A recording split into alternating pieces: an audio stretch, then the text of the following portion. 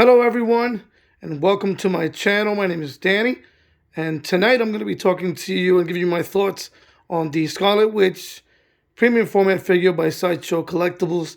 This just came in today and I've had a little bit of time to play with it and digest it a little bit. This was one of those statues that when I first saw it announced, I believe it was last year, one of their cons, I liked it. I thought it looked really good. It was simple, but it looked very elegant, and I thought, wow, that's a really nice depiction of Scarlet Witch, and I'm collecting the Avengers, so I figured, hey, why not pick it up? But even though I thought that way, I hadn't pulled the trigger yet. I just kind of waited. So let's get right into this. So they made 3,000 of these. That's the edition size, and there are no exclusives. So it's all collector's edition on this. This is the art box. That's the front of it. The back of it is basically her facing in the other direction. Similar art style, but a nice, simple, elegant box. The statue is, right off the bat, amazing. It's really, really, really nice. And the portrait is great. So let's get right into the review. Let's start at the base. And this looks a lot like the Jean Grey base from a couple years ago, that premium format. And it's pink and white, swirls. It looks great. And basically, it's showcasing her powers. And in here, you have Ultron's body being torn to pieces by her power. Very well done. Great paint scheme. And then the back of it is Ultron's right hand. Apparently, he's reaching for help or gasping for help. It's being shred to pieces. He stood no chance. This base came in two pieces. Now, these look like kind of like seams, but they hid them well with the shading. So it actually looks really good. You really can't see them unless you're absolutely looking for them. This arm is a separate piece that goes in. The body came already attached with the cape. The head sculpt goes in before you put in the arms. So let's get back into the review. As we move up, you have the boots. They're like a cherry red, great texture, great shading on them, and there's some dirt on them, so they're not clean. You know, there's a lot of collectors complain about that the costumes are too clean, but this has a little bit of scuffs on it and some dirt. You can see here, which is really, really good. As you move up, you're going to have her pink bodysuit, and that's awesome. The paintwork on this is really good. The line work is excellent. You can see where the boots meet the bodysuit. No sloppy paintwork on this whatsoever, at least not on mine. Line work is great. Paintwork is great. Everything really pops in person. So let's continue to move up. You see the wrinkles on that bodysuit where the knees are. Very, very well done. Let's go here. You see the big calf. Again, some of the wrinkles here, really beautifully done. It looks like a real costume, like a real outfit. Then you have here the pelvic area. Look at how beautiful that is. And then the candy apple red on the corset. That's beautiful. Again, great shading, great paint work, and it's not 100% clean. There is some dirt in there, so I like how they went with that. Let's continue to move up, and then I'll show you this cape.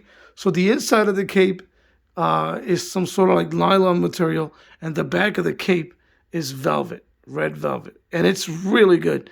This cape is a standout of the statue. Like I said before, it came attached to the body already, and it's really simple to pose. I really like this cape. I think they did a really good job with this particular cape. And let's continue to move up, and I'll show you the back. The hair, beautiful hair, flowing, just perfect. Sideshow did a beautiful job with this. And then let's look at the portrait. This has been the topic of controversy. A lot of people didn't like it. I think it looks great. I think it looks like the production. They did beautiful work. Nice blue eyes. Look at that. The lipstick is glossy. It's like a dark pink. The teeth are great. You could even see some gum line in there. And then you have her mask. So I think they did a really good job with the portrait. It's feminine. It's soft. It looks great, in my opinion. Continue to move up. Here's your hands. The hands and the gloves are one piece.